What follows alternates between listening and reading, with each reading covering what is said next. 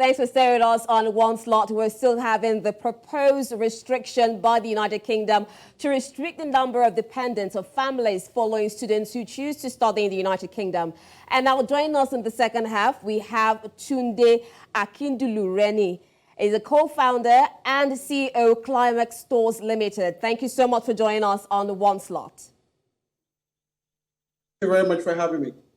We've been having conversations about this proposed plan, and the first mention that everybody's asking is, how exactly will it affect the overall experience and well-being of students who might no longer be able to bring their dependents with them? How do you think this is going to affect them generally? Oh, so number one, for those that already that are planning to go, it means it's going to be really stressful because number one, look at how they're going to study abroad without their family. Remember, a large bulk of students that actually travel within the last 2 years are those that actually have families, family of 4, family of 5.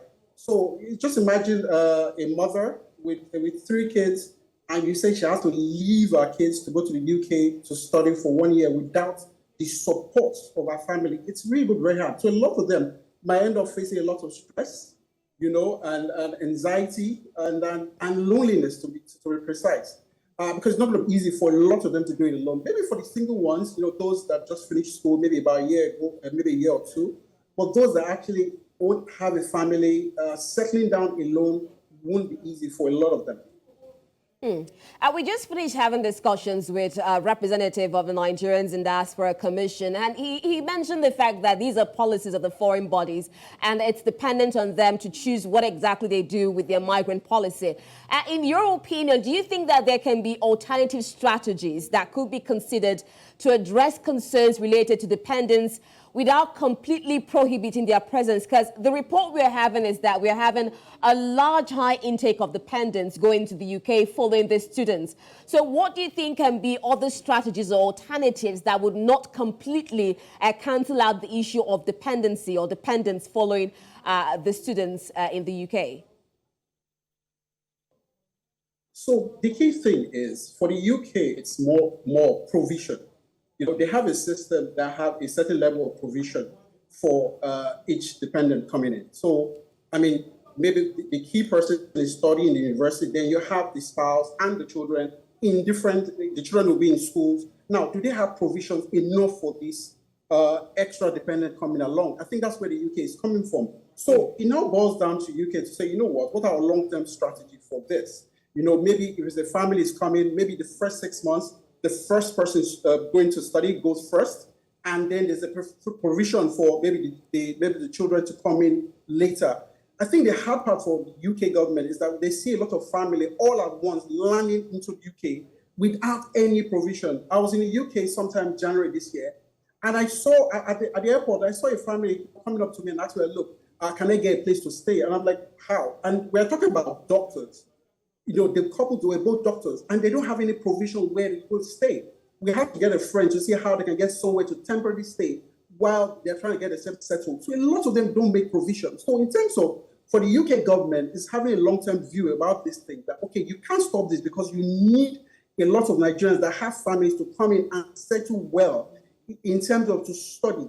It's not easy to study alone, especially when you're over 35, and you have children. So you need things that, in terms of maybe a lower tax, in terms of from the government side, the tax they're going to pay, so more people can have more cash, to pay for better accommodation, more provisions for schools for their kids. I think in the long run, there can actually be a system that can work for both parties, the Nigerians traveling and the UK government as well. Okay, let's look more about this provision and the challenges that some of them face. And one of them that you mentioned is housing. It's very important. If you're going to a foreign land, it's important you have where to stay. What other challenges are some of the things that Nigerian students who go to the UK that they face when they get there? I think the number one is that they underestimate, going abroad. A lot of underestimate going abroad, especially a lot of people that have never really traveled abroad. What you see, someone that's never traveled abroad carries his whole family of 6, family of 5, and they just land somewhere in Manchester, Liverpool, boom. Number one, cultural shock. Then you find out that what they expect is that, look, if you're coming with your family, you must provide for these kids in terms of provision, accommodation, schooling. They expect that you make plans ahead. A lot of Nigerians don't make plans ahead. What they do is that, look, they get the admission and they just land UK and expect everything to run in place. It's not the same. Each of those councils have plans for a number of students in school. So what happens? I've had cases whereby some parents in some schools in UK actually bring their children to classroom because there's nowhere to put them, no provision for nanny. You are in a country whereby you can't get a cousin or a relative to come and sit at home to you to help you nurse or care for your kids. You need to pay for every single thing. You know, nothing is free. So I think it hits me really hard when they get there and there's really no support. So for me, for a lot of Nigerians, you have to set up, number one, you have to tell yourself, do your maths. How much you're going to spend in terms of accommodation, in terms of living costs, in terms of provisions for school, in terms of settling in, is a huge cost. Okay, now what will this proposed plan, what impact do you think it will have on decision-making process of Nigerian students considering studying in the UK? We're seeing the numbers rising and it's not going to end anytime soon. How is it going to affect those who are prospective students and even decision-making process for these Nigerian students who plan to go there? And what support systems do you think should be needed or can be given or provided to these students? So when this proposed ban, goes into law, from what I gathered right now, sometime in January 2024, I think for a lot of Nigerians seeking admission right now, we'll switch to other nations. Simple. Before, the reason why a lot of Nigerians were actually picked UK as their number one in terms of study destination is this extra provisions for them to come along with their family. The standard place a lot of Nigerians will usually go is the United States. The United States is still number one destination for traveling the world. Last year alone, have had over 1 million international students. They're followed by the UK. So if the UK proposes this, for a lot of Nigerians, it becomes very unfavorable. Switch to other countries across the world and drop UK as their third or fourth options. And I think for the UK economy, in the long run, it's going to hit them a bit bad because last year alone, from data, they made up to over £2 billion, £2 billion from Nigerians going abroad to study. And that's a huge figure if you're going to extract that out of the economy in 1 year.